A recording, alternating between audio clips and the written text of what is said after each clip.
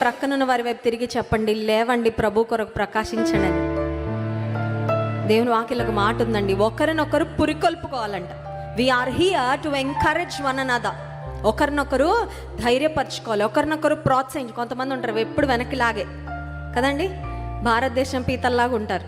ఎవరైనా పైకి వెళ్తుంటే ఎలా వెనక్కి లాగాలి, ఎవరైనా ఆనందంగా ఉంటే వాళ్ళ మొహంలో ఏడుపు చూసే వరకు వాళ్ళకి నెమ్మది ఉండదు. But we're here to encourage one another in Christ. క్రీస్తు ప్రభులో భార్య భర్తను, భర్త భార్యను, తల్లిదండ్రులు బిడ్డలను, బిడ్డలు తల్లిదండ్రులను, తోటి సహోదరులను, తోటి సహోదరులను, మన చుట్టూ ఉన్న వారిని దేవుని కొరకు ప్రోత్సహించి షైన్ ఫర్ జీసస్. ఒకసారి మీ ప్రక్కన వారి వైపు తిరిగి చెప్పండి, షైన్ ఫర్ జీసస్ అని చెప్పండి.